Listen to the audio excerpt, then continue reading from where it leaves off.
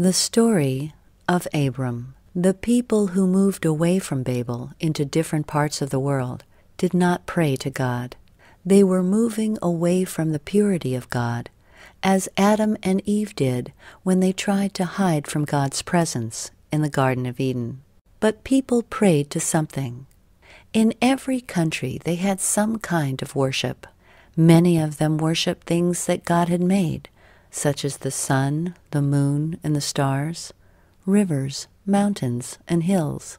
They made images of wood and of stone to these things which they worshipped, and they called these images gods. Not far from the city of Babel, where the tower was left unfinished, another city was built. This city was called Ur of the Chaldees, because it was built in the home country of the Chaldean people. These people worshipped the moon god Ur, and when they built their great city, they named it in honor of their god. On the plains near Ur lived an old man who was a shepherd. His name was Terah. He had 3 grown sons, Abram, Nahor, and Haran. But Haran did not live to be very old. When he died, he left a son named Lot, and they were all shepherd farmers. Now Abram, the son of Terah, was a good man. He did not worship the moon god as did his neighbors. He believed in the true God. He built altars and worshipped God just as Abel and Noah had done long years before. His offerings pleased God, and his prayers were heard.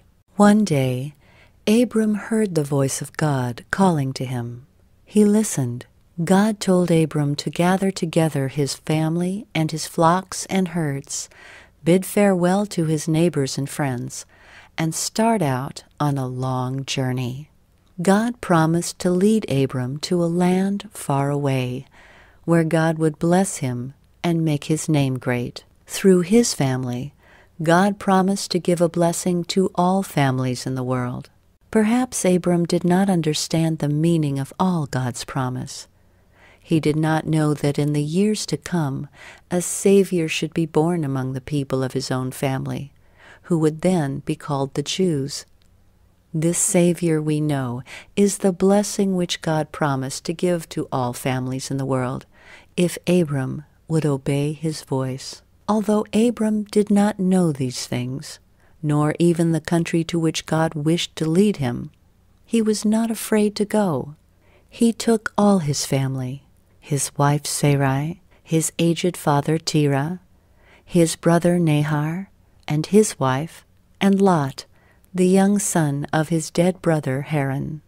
And off they went with their servants on their journey.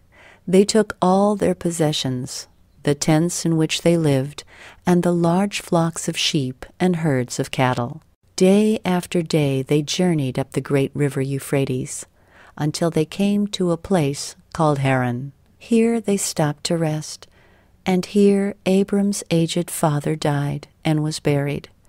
Even before that, God spoke to Abram and urged him to continue his journey.